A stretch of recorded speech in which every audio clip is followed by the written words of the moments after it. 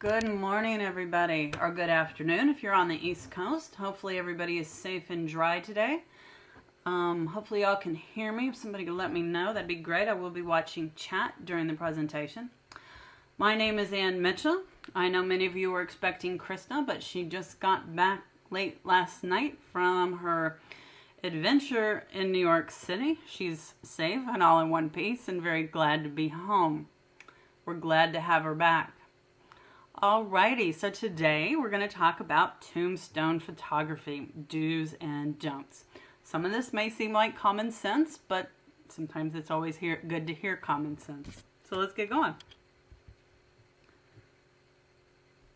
Well, maybe if I can make my computer work. There we go.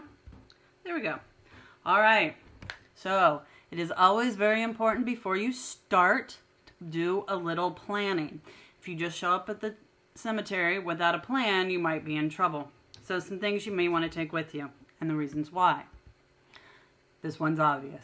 Camera, extra batteries, because you know what's going to happen if you don't, and memory cards. It's always a better idea to have more than one memory card in case you fill it up, and always bring extra batteries. Be prepared. Sort of like the Boy Scouts. Shovel or a small hoe. I'm not suggesting you're going to dig up any tombs or tombstones. That's not the idea.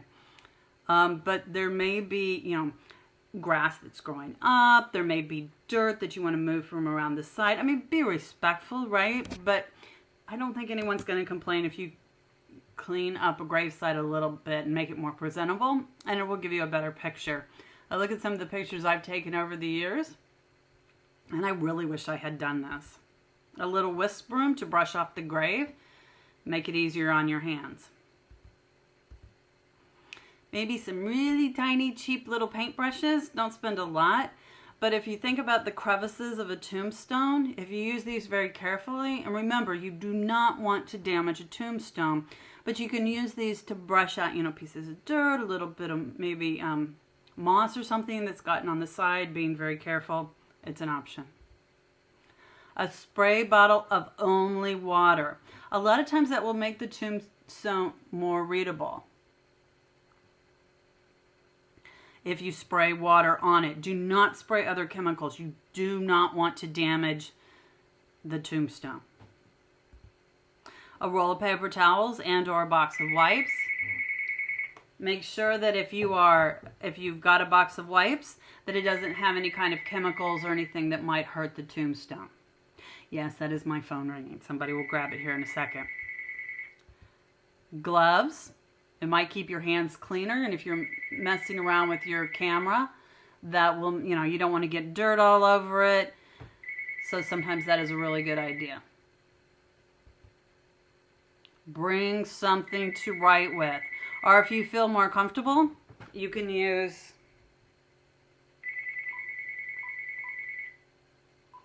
an iPad. Always copy down the description. If you've got a pen or pencil and paper, you can make a little map of the cemetery and where you were and which photos you took in which order. Keep notes. You will forget. You know you will forget. If you write down things as you go, you're in much better shape. This one may sound a little odd, but it actually makes a lot of sense. A mirror or aluminum foil wrapped around cardboard. What you can do, and this is a photography trick, is you can use it to sort of reflect the ambient light or the sunlight onto the face of the tombstone. And if you do it at different angles, this will create shadows, making the inscription easier to read. You might also try a flashlight. That might also work. The older we get, the less our knees work. Some gardener knee pads might be a really good idea. And depending on where you are, sunscreen, insect repellent, first aid kit, and my son can't go anywhere without it, Techno. It keeps the poison ivy and poison oak from attaching itself to your skin. I've put some at the bottom of these slides, some sources where you guys can go and check and read later. I will make this presentation available at the end of the talk. What pictures should you take? Take a variety of pictures. Always make the assumption that you were never coming back, because you just never know, right? Don't assume you'll get something later. More is better. Most people take digital pictures these days, so if you end up with too much stuff, you can just delete it. Be sure, take too many. Show the entire cemetery. Different angles are good. I've never done this, and I wish I would have. Front gates of the cemetery. You can use that to remind yourself of where you were and what the cemetery was. If you look at Find a Grave and some of the other sites which collect photos of tombstones, they usually have a picture of the front of the cemetery. Each tombstone. Get one or more up close and try and get it from different angles. If you're having trouble reading it, try and look at what you're doing. If you've got a digital camera, do some previews. Make sure you got it. I've gotten home too many times and I've had fuzzy pictures. Now, if you look right here, and this may be hard to see, but if you're looking at this photo up at top, you see where there's some, I don't know, moss, lichen, I have no idea what it is. It's on the tombstone. Now, if this is right on top of something that you need to be able to read, this is where one of those little brushes, maybe you can use it to dislodge and remove it. Being very, very careful. You do not want to damage the tombstone. One or more from a distance to show context. Show what it looks like. Maybe get in a little bit closer to show the surrounding stones. But this gives you an idea of what it is you're looking at and and where it is, right? It'll help you place it later when you're trying to understand. If there are surrounding family stones, pictures with those. Or else do individual pictures and write down how they all fit together. Some more do's. Turn off your flash. And this may sound a little odd because you're trying to illuminate the front, but what it does is it bounces off and it makes it really too vibrant, and it leaves bright spots, and it'll sort of get rid of all the shadows, so you don't really want to do that. What you want to do instead is use your mirror or aluminum foil wrapped around cardboard to bounce light off the stone. And it's not on here, but one of the things, there's all sorts of cameras you can use. You can use, a really nice digital SLR. I found I've actually been quite successful with just my iPhone. With your iPhone, it takes pretty high resolution pictures. You do want more high resolution because that will give you the ability to get down into enlarge the photo and really read it. But, experiment a little bit when you're not at the most important cemetery you're ever going to be. But, play around with it a little bit and see which camera works for you. But it's really not necessary to go out and buy a super expensive camera. Even a cheap point and shoot. I would only use digital, but that is going to be a lot better. But again, try the mirror or the aluminum foil. You can get, I have a real nice little compact mirror. I can use that, and sometimes that will work. Side lighting works best. Don't shine the light directly onto the tombstone. If you can take photos earlier or later in the day, slide lighting will create shadows, making it easier to read the inscription. But if you're there at high noon and you can't come back, you use your mirror aluminum foil to sort of make the light bounce off the tombstone. Or bring a LED or a little flashlight, and try it at different angles. Again, make the light come in at the side. You're trying to make the contrast on the inscription, make the shadows deeper. So, try it with different things. And again, experiment. Do a little bit of practicing ahead of time before you go out and hit those cemeteries that are super important to you. Point of view is really important. And what this means is we all have this tendency when we take pictures to stand and shoot them from that level. But don't always do that. That's why we recommend bringing knee pads if your knees are going to get sore, to get down at eye level with the tombstone. You're going to get a much, much better picture if you do that because you're looking directly at it.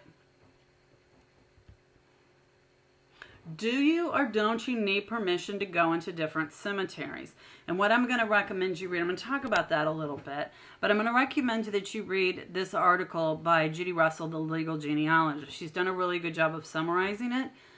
She's a lawyer and a CG, a certified genealogist, so she's got quite a bit of experience, and I trust her immensely. But basically the idea is think before you go into the cemetery. Different cemeteries have different rules. Go in, be polite, explain what it is you're doing if somebody comes and asks you. If the cemetery is on private property, You should get permission. Just because it's there doesn't mean that you have any right to be on that property. So most people are going to be nice and let you do that. But just, think before you go about what the rules are. And her name was Judy Russell, and she's really wonderful. She writes a blog, The Legal Genealogist. I recommend it highly because she just had tons of good information that as a genealogist, regardless of where you are, is going to be very worthwhile. Oh, I saw a really good question. What about tombstones that are flush to the ground? What angles should you shoot those at? That's a great question, because a lot of the tombstones that you see will be flat on the ground. There's like one big tombstone with the surname and then little tombstones that are flat for everybody. I will usually get down on my knees and try and get pretty close. And then I will stand up and sort of take one looking straight down. And usually some variation of that will give me a pretty good view of what it is. It depends on how deep the inscription is and how old the tombstone is. And as you go through each tombstone and you take a picture, write down the person and write down the inscription. You may not be able to read it when you get home, but at least if you write down the inscription and you have the picture, then at least you'll know. Some don'ts, and the don'ts are always important. Be respectful. This is a cemetery, not a genealogy workshop. Be respectful of mourners. If there's a funeral going on or just somebody there visiting one of their family members who's passed on, you need to be respectful of them, right? They're in sorrow, they're in sadness. There's nothing wrong with being there while a funeral is going on. Just be quiet, do what you got to do and get out of there. Walk on the paths and around graves, not over them. It's really, really important. And if you're asked to leave by the caretaker, leave, right? You can ask them nicely. You can explain to them what you're doing. But if they say you need to leave, then you need to leave. You don't have necessarily a right to be there. Don't harm the tombstone. Don't use shaving cream or other chemicals to clean it. You'll see all sorts of random recommendations. Don't do it. Especially, if it's your own family member and you have permission, that's one thing. But in general, just don't do it. There used to be a thing where people would go and do rubbings of tombstones. It's 2012. We all have digital cameras. And if you don't, as a genealogist, you probably should get one. But, use photography. Leave... What is the saying? Leave behind footprints, take only memories. That's the idea. You really don't want to change anything. You don't want to hurt anything. Don't assume you'll be back. I've said, I'll be back, whether it's a library or an archive or a cemetery, and then I never do get back, or I haven't gotten back yet. Take multiple photos and check what you've done before you leave. Write down what you did and the order and the location. It's better to have too many notes. It's better to take your time. We get all excited. We're finding things. Take your time. Somebody's made a really, really good suggestion here. There's an app. There's one called Billion Graves. I think Find Graves has one. These are apps that either go on your iPhone, your iPad, and probably on the Android as well. So if you've got a picture and it's on your phone or your iPad, I prefer my iPhone over my iPad camera, but that's up, that's up to you. But if you have them on those, then you can directly upload them either to one of these apps, or you can actually upload it straight to your Ancestry account and the person there. So just like that, you'll have it. Don't trespass on private property. It's really funny. If you ask somebody before you go in, the chances are a lot better. They're going to say yes than if they catch you there and they don't want you there. A lot of graveyards they're on private property. They're old. They're not maintained anymore. Being able to take pictures of what's there is awesome, because you will be able to preserve something that may be gone. Think about what happened in New Jersey and New York and Connecticut just the last few days, right? Obviously, our biggest concern right now is for the people who are there and getting them help. But as time goes on, you start to look at everything that gets destroyed. And sometimes, cemeteries and graveyards are destroyed. So you do have to be aware of that. Making a record of what is there now is sometimes the best preservation that we have. All right. Where you can find this PDF or find this in PDF form, I'll post it up there in about 2 or 3 minutes. We will be posting a new set of events for November within the next few days, I hope. Like, Crista usually writes that out, but she's been a little bit out of touch with us the last few days, so that'll be out in a few days. As always, it's been a pleasure talking to you guys, and we'll see you later. Bye.